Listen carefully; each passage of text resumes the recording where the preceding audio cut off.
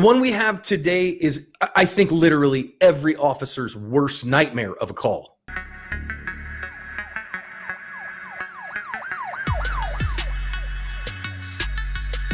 Hi, everyone. Welcome to today's research-informed badge cam lesson here at Active Self-Protection. It's a doozy.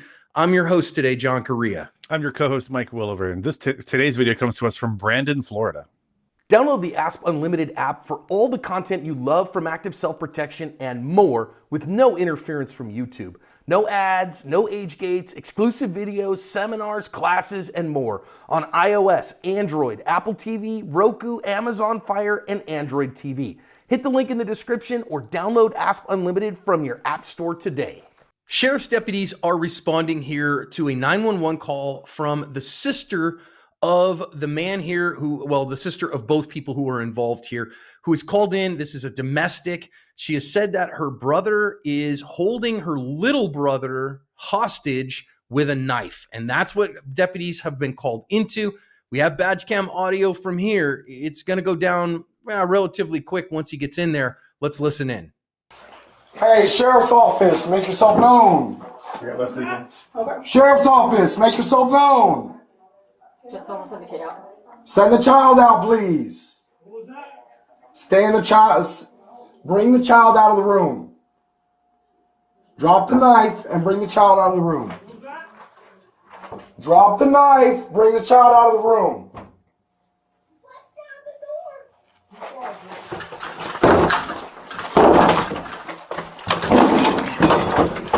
Let me see your hands right now. You're gonna Let get me see your hands. You are going to get Let shot. me see your hands right now.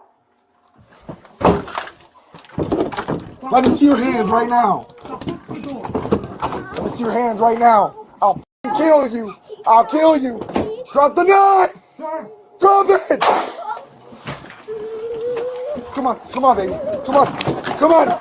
If you go read the news stories that I have linked in the description, our aggressor here, our knife wielder, he did not make it through this.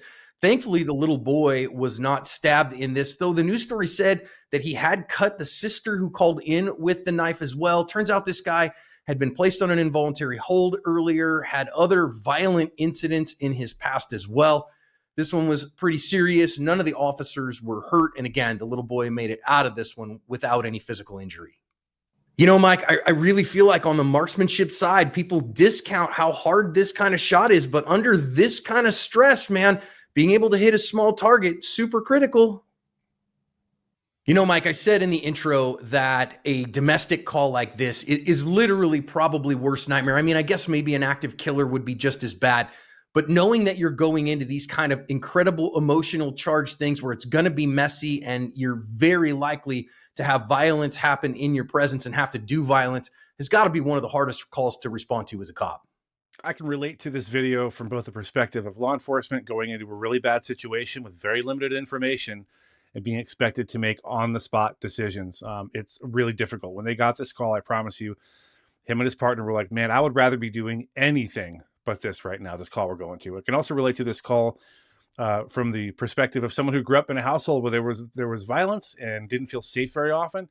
So I really appreciate during your opening when you said there was no physical damage to this child. But as we know, physical damage isn't the only kind. So prayers up if you're watching this for this young person who went through a very traumatic thing that day.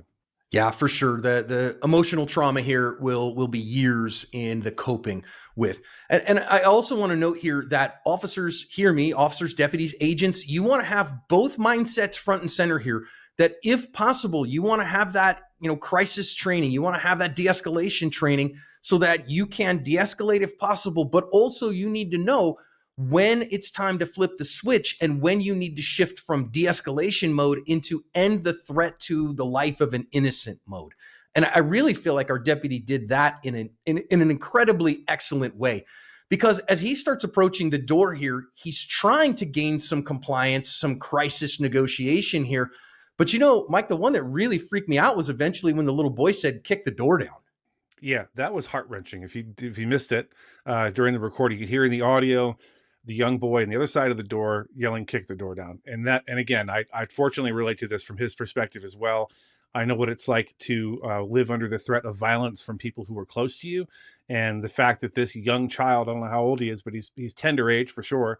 The fact that he said what he said tells me he very much believes this is an actual threat. This is not an empty threat. This is not, grandstanding on the part of the older brother. This is a real threat. This person might actually decide to kill me.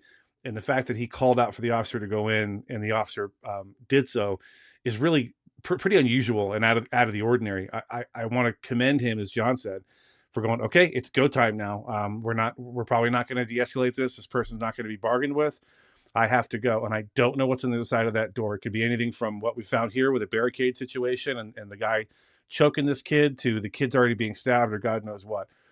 This sort of thing never gets easier as a law enforcement officer, knowing that you're going to go to the store and see, I don't know what, but I'm the police. I'm here to deal with this. There's no one else coming to save the day. I got to go do this.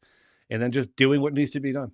I also think what's really important here is when you decide it's go time and he kicks that door and you have no idea what's on the other side, but all your room clearing stuff, that structure assault stuff, it goes right out the window because you have a hostage rescue situation here and you've just got to open the door and deal with what you see here. You're not, letting it breathe. You're not pieing corners here. You are busting down this door and dealing with what you find. In this deputy's case, he finds a barricaded door with like mattresses and crap up in it. So he has to keep doing that. One quick thing I'm going to mention, the shooting here, this is the only time we really get to see his pistol. Notice he does have a pistol mounted optic on his pistol that for these really small shots, even at short distances, don't get me wrong, you can do good work with irons, but the dot really helps. But if you are running a dot, make sure that you understand offset. Make sure that you understand that your bullet at these really short distances are going to hit an inch to an inch and a half lower than what your point of aim is. You got to know that for these kinds of very significant and meaningful shots. Now, I want to stop here in just a sec and recognize, in the news story, they do note that he was wearing body armor here. And yeah, if you're paying attention now that we stop it, you can see that he's wearing a ballistic vest. And so you can say, well, the officer, if he'd have shot him center mass, then he would have had a problem with that and it wouldn't have stopped the threat. I don't know that he actually saw that though, Mike. I really feel like the intention here though is that I have a hostage and I want to keep that bullet as far away from the hostage as I can. And I don't want him, our perp, to have any opportunity in order to hurt him more. So that's why the headshot makes sense here. And I think a lot of people are wondering, like, gosh, what's that motorcycle helmet going to do? The answer is a motorcycle helmet has zero ballistic shielding capabilities and a bullet zips right through it. Yeah, we talked about that in the pre-brief. And I guess my question was I would sort of treat it like a windshield or automotive glass or something. I was worried, hey, the bullet might have a tumbling effect. It might break it up or change but you're right. I think it would cut through it like a hot knife through butter. Yeah, I would love for anyone in this department to reach out to me, Mike@activeselfprotection.com. That's my email. I will respond to it immediately. I would love to have these deputies on my show. And here's why. Things that John and I can't possibly know is, did the deputy see the vest? Did that even register with him?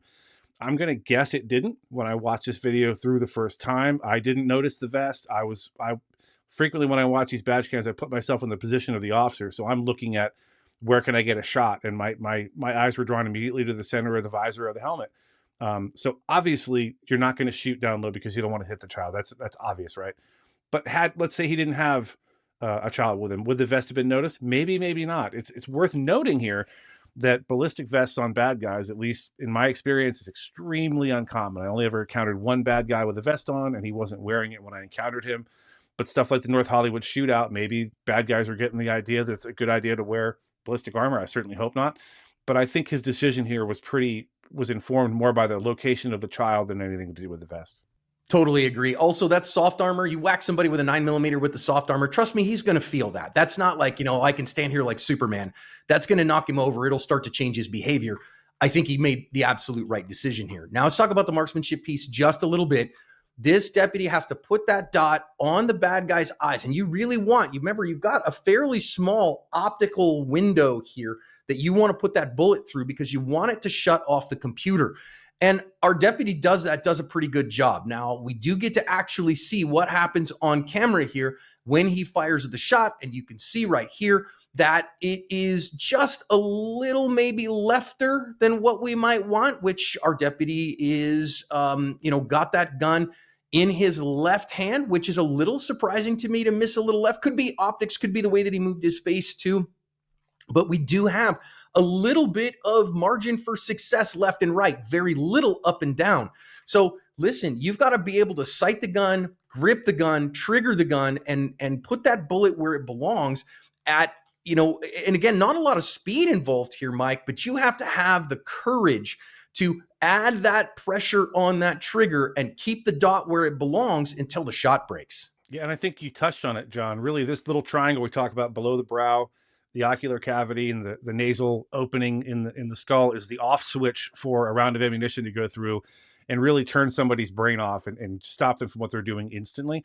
I got to say, the big shooting problem here for me isn't so much the helmet being in the way, but just where is his face exactly? Like, this is something I'd never thought about. This is a great mental rep for you. If you're watching this, you could end up having to have a gun battle with somebody wearing some kind of helmet like this. And the question is, if he's at an angle like this, where exactly am I putting that round? Because I don't think it's terribly obvious to this deputy where exactly to put that round. He did a great job in the end, but I think in the back of my mind, I'll be wondering, where exactly am I putting this round inside of this visor to get an off switch hit? He did a fantastic job. He really did a fantastic job. And of course, like I said, we change it just a second. We can just see it. But again, as the guy's head moving a little bit, it looks like the visor has moved up a little bit as well. So there's, a little bit of change in that. So we don't get to see exactly where it hit. All right.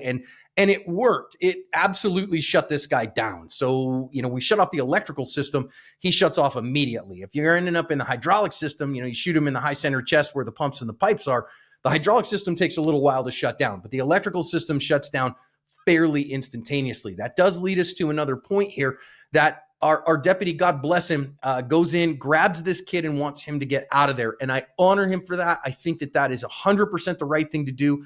Just a worry here and something you got to be cautious of. He has a gun in his other hand. When you grab something with your support hand, boy, you better make sure that your firearm is pointed in the direction of least consequence and your finger is high away from the trigger and at home, because otherwise we can't have a negligent discharge here. This deputy didn't. He did it 100% right. I just want to remind everyone that this is why muzzle discipline matters and trigger finger discipline matters a lot. This is probably my number 2 mental rep. So if you're watching this in training, mental rep number 2 after the first one, which is where the heck do I put this round in this visor? Mental rep number 2 is, how do I get this kid out of here quickly? Obviously, this deputy had a heart for this poor child and knew, I don't want this kid in this room a second longer than he needs to be, because this is going to be a very ugly scene. It's going to be traumatic no matter what. But the most minimizing of the trauma that I can do is to get the kid the heck out of Dodge as quickly as possible. And to John's point, yeah, if this is you, don't forget you have a gun in your other hand. It's not really time to holster up yet. We don't know the status of the bad guy. When to get the kid out of there quickly, I think he did a very commendable job. It looks to be like he kept the gun as far away from, pointing it accidentally at this child as he possibly could while getting the kid out of there. And I love his heart for this child that, okay, let's get this kid the heck out of this situation as quickly as possible. Get him in another room, and let's have some help on the way, some counselors on the way, whatever, to help this poor child. But yeah, I think great point, John. I think he did a good job. I really do. I also think here, I don't know that these deputies, so you see the follow-up deputy here, the second deputy is on camera, and he's covering our perpetrator, who, again, didn't make it through this. I think the headshot was very, very definitive here. But I also think what you need to do is, you probably don't have the ability to think ahead of time and to plan ahead of time. Okay, if I have to shoot this guy, then afterwards I'm dealing with the hostage and you're dealing with the perp. You probably don't plan that out ahead of time, which is why you got to communicate in that moment and just act on what needs to get done. Because our main deputy, who's badge cam we're watching, he grabs the young man. This other deputy goes right in and goes, okay, that's dealt with. I'm going to deal with our perpetrator and getting the weapon away from him, getting him into cuffs and dealing with that part. So I think without even communicating, they both looked for work, and they're both commendable in that. The sheriff here really commended the deputies for the work that they did.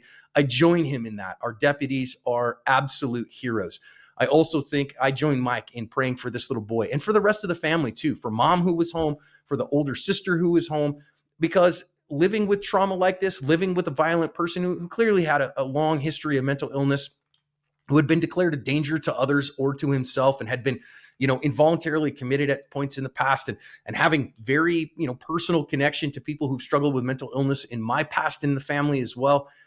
I can relate to how hard that can be for the family. So would you all join me in praying for this family as they attempt to recover from this? And let's be grateful for our deputies here who covered their ass.